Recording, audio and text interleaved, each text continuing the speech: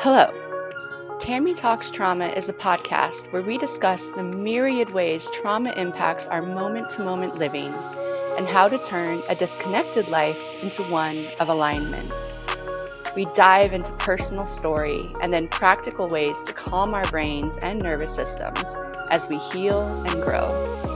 Thank you for joining us today, and I hope you find tangible ways to live your most vibrant life. Today's guest is Dr. Donna Lee. Dr. Donna Lee is a trauma-informed intuitive life coach with 22 years of experience coaching women. She helps women to be more resilient and abundant after going through a traumatic experience.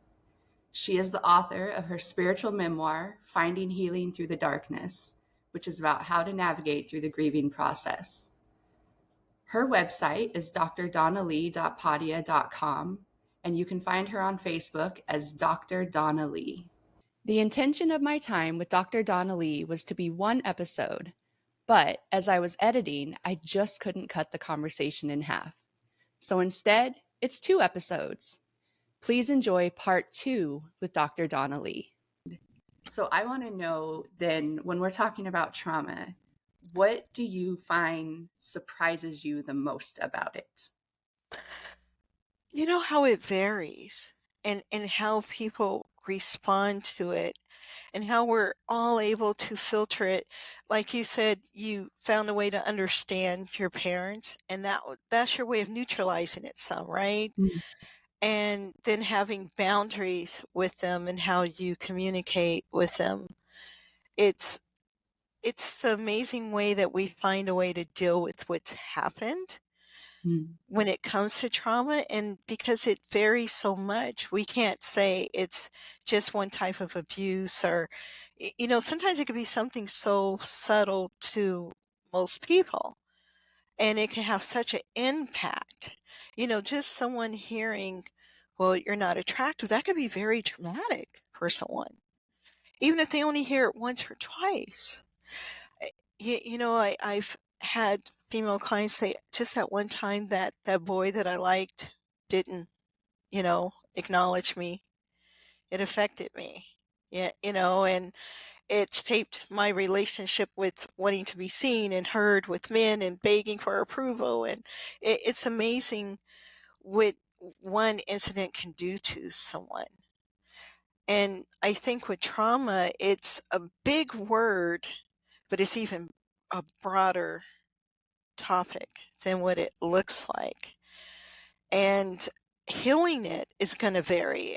Every client I work with gets a different plan. No one gets the two same things because my intuition say this person needs this, they need that. And it's really making peace with it. It sounds weird to make peace with trauma, but I believe that everyone has gone through some degree of trauma. Maybe, yeah, definitely some worse than others, right? But and some people have found a way to just bury it and say, I'm fine, it's not worse than other people, whatever.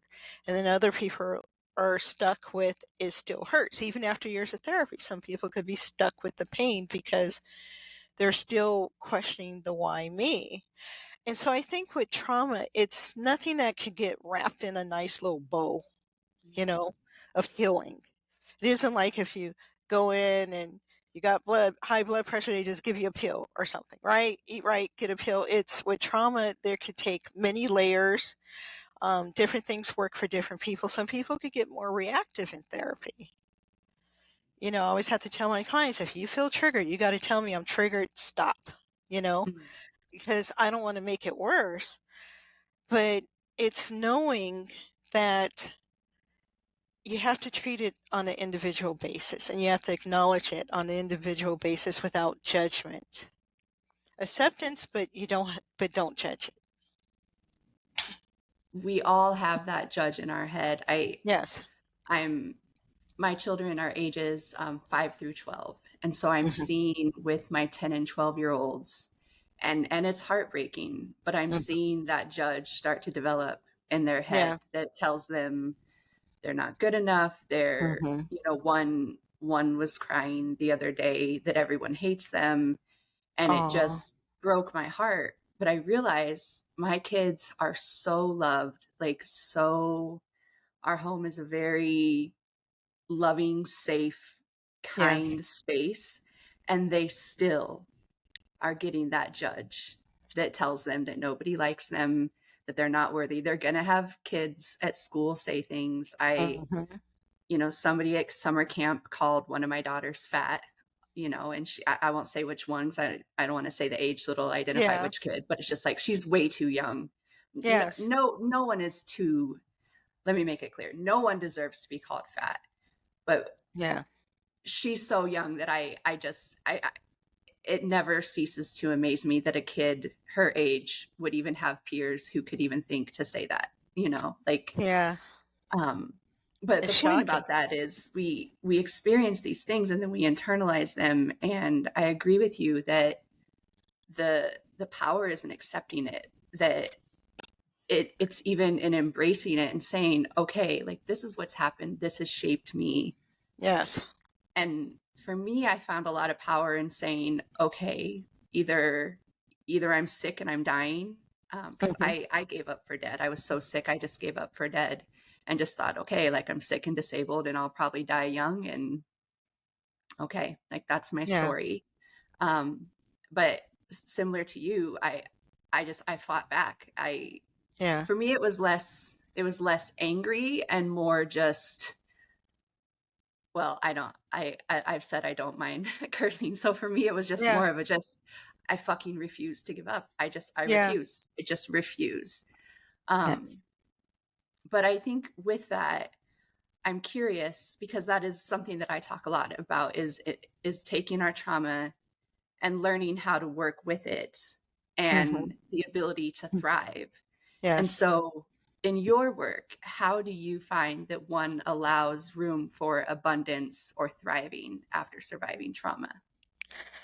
It goes back to once they go through acknowledgement and start doing the work, I tell them, you have this power. You have your power back because you're acknowledging what's happened to you and you've decided that you don't want it to stop you. Yeah. And now I get to say you've suffered enough. And they kind of Mm, look at me and it's like I sound very like firm. You suffered enough. So what is your plan for now? What is your new why? If you've had a loss, a divorce, or what is your new why for living? mm, Um, what do you want? What does life look like after trauma for you? What do you want to have happen? So I have them write down outrageously, you know, brilliant goals. The mm, biggest goals. I want to be a writer. I want to be a New York Times bestseller. I want whatever they want. I want to find love again. Whatever seems impossible, I say, we're going to write down what seems impossible because we're going to make it possible. And then we start going through each goal and peeling off the layers of why do you think you can't have it and what do you think it takes to have it? Because I realize when it comes to manifesting, we've been sold that it's just you think it, right? And it'll happen. And then some people say, well, you got to feel it. But if you have trauma, you can't feel a goal because you're busy surviving. You're busy trying to get through life. And the thought of getting something that you want after having many years of not getting what you want is so foreign and is such a disconnect. So through the goals, I get the person to connect to themselves and to believe in themselves and to shut out the noise that they've heard from their traumatic experiences. And so it's a little bit long-winded and painful at times because they really have to look at, feeling worthy. A lot of times with goals, we have to feel worthy and deserving. And when you go through trauma, you don't know what your worth is. You don't know what you deserve. It just I'm used to bad things. This is all I get. It is what it is. So there's a lot of rewiring of the nervous system, the mindset, how you're going to see your life from now. And it could be slow for some people. It was definitely slow for me, but it was so weird because when I had my son, I was a super manifester because I had to manifest food and manifest scholarships and manifest, to get through and take care of him. And I lost all that when he died. And I said, okay, now I'm manifesting a new why. a new meaning of life. And it's for me. And it took me a long time to look at what I wanted for myself. And it was interesting because once I started making that decision and I continue with my healing, I seen things happen more and more. And so I will have people write out outrageous goals, and then we take one of them and we take the one that seems the least outrageous. And once they accomplish that, it's like you see your power, you see what you're capable of doing despite what you've gone through. And so I show them that they're overcoming, they're becoming stronger, they're becoming capable, they're taking their power back by just that one small goal. If that and I'm saying small goal, but to that person it may still be big, right? If it means just getting a different job or starting a hobby, it's a big deal when you're used to just trying to survive and all of a sudden you're saying I want to live past survival. Mhm. But it's really having them dig in and you know the dealing with the discomfort, because under what we desire is often a lot of fear and discomfort. And so we look at where it comes from. Was it because you had someone you love say you'd never accomplish anything in life? So we start peeling off that layer. We find a way to make peace with what that person said, that that was their stuff. Like you said with your parents, that was their stuff. They just passed on what they knew, which wasn't good. And so I find a way to show them that what they went through, to put it back on the person who traumatized them, so that they could feel more free and feel more of an individual instead of a person who's still wrapped in all the trauma. That's new, a new perspective to me, and so I'm sitting here a little bit having my mind blown and trying to think of the next thing to ask you, but I just want to sit with that for a minute, just Okay. to recognize that the trauma, that we need to put it back on the person who traumatized us. Absolutely. It's their shit. It's Yeah. theirs. It's not yours, Yeah. No, And that is, whew. although you've been affected by their shit, it's still theirs. And so when you Yeah. start seeing, when I show them, well, this person probably had this going on, and since I'm intuitive, I could read the situation some, and then they're like, oh, this isn't mine. This isn't my cross to bear. Yeah. It shouldn't have happened, but it's not me. It's this Mm. person. Yeah. So it creates some freedom. Yeah. I think that allows so much space because it puts, like you shared the imagery of, being all wrapped up in our trauma. And I think Uh-huh. it kind of, it makes me think of, it's like the person causing the trauma. It's like they're wrapping themselves around you and Mm-hmm. kind of suffocating you out and just filling you with Yes. their shit. And Yes. recognizing it's their shit is kind of like, Yes. squirming out of that embrace and stepping back and Yes. recognize, like, you're over there, I'm over here. Yes. Your shit is your shit, my shit is mine. And Yes. that, whew, I love that. Yeah. Yeah. That's really great. Yeah. That's your abuser shit. Yeah, Put it back on them and say, you're going to yeah, own this. Like it or not, yeah, it's yours. Deal with it. yeah. And, I had to do that with my eldest sister, the one that I was telling you about, that Mhm, I don't know where trauma came from because she never spoke about it, but she's 16 years older than me and I'm the youngest.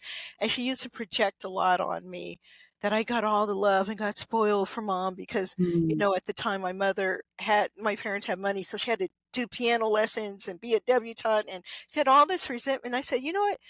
We had this big fight back in 2014. So we're grown adults, right? I'm 44 and she's 60.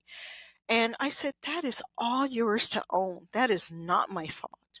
mhm, Mom did what she did. That is your shit. Deal with it. And she's just like, oh, the sister, you don't talk to me that way. And it's like, I just did. Now mm. what you going to do about it? And so it got really ugly, but it was freeing. And I Yeah. felt, I remember we were on vacation. I just flew home early. And I was on that plane and people are looking at me like, why are you smiling? And I wanted to party on the plane. I'm like, these people are probably like, what's wrong with her? But I wanted to party on the plane. And it was so funny because we had to go from Memphis to Vegas. So a lot of people weren't there to party, right? They're going to Vegas, but I was going back up to the Bay Area. But I just said, I just feel so free because I gave it back to her. I said, I'm not taking this no more from you. Yeah. I think that is I was going to ask you, but I think you already named it. I love to end the show with one thing, like that one practical thing that somebody can do in their Mhm. own lives to help Mhm. find healing and Yes. joy and abundance after trauma. And I Yeah. think that physical act of well, it's metaphorical, but Yes. the metaphor for physically removing yourself from the other person and saying Yes. that's your shit. And I think to recognize too that Yes. for those of us who are helpers, because I can tell you're a Yes. helper, I'm a helper. I want to do excuse me, I want to do no harm, and as much as I Hmm. can, I want to undo harm. Because Yes. I know what it is to be harmed over Yes. and over and over, and I don't want Yes. people to experience that. So I want to Yes. help people experience freedom. But recognizing my responsibility ends at saying that's your shit, that Yes. it's on them at that point. I Yeah. can't, like, the whoever has them wrapped up Yes. in their trauma, I Yes. can't go try to extricate them from that. I can't go try to free them Hmm. from that. That's on them.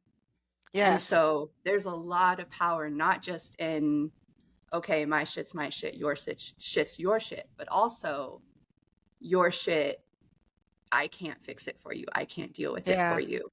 And I was trying Um, to fix her for many years. And I remember mhm, during that fight, because she knew I had been through a lot of therapy. And, of course, she knew I lost my son because, she used to watch him at times. And she goes, "We're just not all perfect like you, Donna." mm, And I said, "Is that what you call it? mhm, After all that I've gone through and just me accepting what is?" And I just thought, "Oh no, honey." But mhm, it's interesting. It was more abuse. To me, that was very abusive to hear. We're not all perfect like you, because she was yeah, still in her excuses and she was yeah, still trying to put it on me. And yeah, that day I had to really let go and yeah, stop trying to fix her and heal her and pour love into her because she didn't want it from me. yeah. Yeah. I think that's a really important, I actually think that's a really good place to end, is recognizing not everybody wants this. Like Yeah. I have people who I know will listen to this podcast and be like, this is exactly who Tammy is. I could always see her doing this. This is way to go, her. And then there are going to be people who are going to be like, there she goes again. Like, she just Yeah. wants to tell her story. She just thinks Yeah. life is about Yeah. trauma, trauma, trauma. And, why can't she just move on? But I recognize that this work, it isn't for everyone, but for the Yes. people that they're ready for it, It's it every. literally changes your life. It saves your life. Like, it saved Yes. my life. I could be Yes. on my couch, barely able to move, Hmm. in extreme amounts of pain, just having given up on life. That's where I should be right now, if not Yeah. dead. Um, but it's being ready and recognizing when you're ready, and recognizing who Yes. around you is ready, and then loving and supporting and championing them. And Yes. I having our people in our corner to champion us too, I think is so powerful. And I loved you. Thank you. Thank you for coming on the show today. Oh, thank you for having me. Yeah, your story is, power is the word that keeps coming up today, but that's what it is. Your story is powerful. You are powerful. I thank you so much for your time and your wisdom. And I, I really am, I, I feel like I have so much experience with trauma, but I never really thought about taking the part of taking my power back is putting back on them. Yes. Like, I think I've spent so much time wanting to, I don't want to say forgive, because I think it is forgiveness, but I think there's something to be said for forgiving, but then also still kind of trying to stay small. Yeah. Um, and you made me realize that I've been doing that. So, after this, I get to spend some time thinking, like, how have I made myself small? Like, who have I let keep me wrapped up in their shit, that I get Yeah. to get out and say, no, no, no more. Yeah. Yeah. And I'm excited for our listeners. I hope you're having the same experience, realizing that you have places, um, where you get to say, no, that's your shit, and step Yeah. away. Yeah, you don't have to wear their abuse, you know? Yes, Mm-hmm. yes, yes. You get to take off. It's like this heavy thing weighing you down. You get to take it off and say, no, no more, not for me. Mm-hmm. That's Free on you. yourself. Yeah, Mm, free yeah. yourself. You Well, suffered enough. you've suffered enough. I love it. That's where I want to say, and you've suffered enough. Yes. Well, Dr. Donna Lee, thank you so much for your time. Thank you for having me. I so appreciate this. Yeah, you've been a wonderful guest. And I just want to remind people you can find her on drdonnalee.podia.com or on Facebook as Dr. Donna Lee. And if there's anything I can do to support you in your journey, please let me know, because I always hope that someone who comes on this podcast becomes a friend, um, and someone Yes. to support and cheer on. So please never hesitate. And I've loved having you today. So thank you. Thank you. Yeah, we're new friends. Yes, yes, absolutely. I love making new friends. And yeah, some people don't get a choice. I'm just like, you're my friend now. We're friends now. So you don't really get a choice. We're friends Yes. now. Awesome. Well, thank you so much. I hope that listeners, I hope that you've enjoyed your time with us today, and we will look forward to seeing you next time. Thank you for joining us on Tammy Talks Trauma. I hope you enjoyed joining me today on Tammy Talks Trauma. May you feel inspired and encouraged to apply what you learned so that you experience greater alignment and vibrancy in your one beautiful life. Please like, subscribe, leave comments or reviews. It helps this little baby podcast grow. You can always find me on my website, tammyrose.com, or on social media as @TammyRoseCoach. See you next time, and to you, gorgeous human, let's thrive.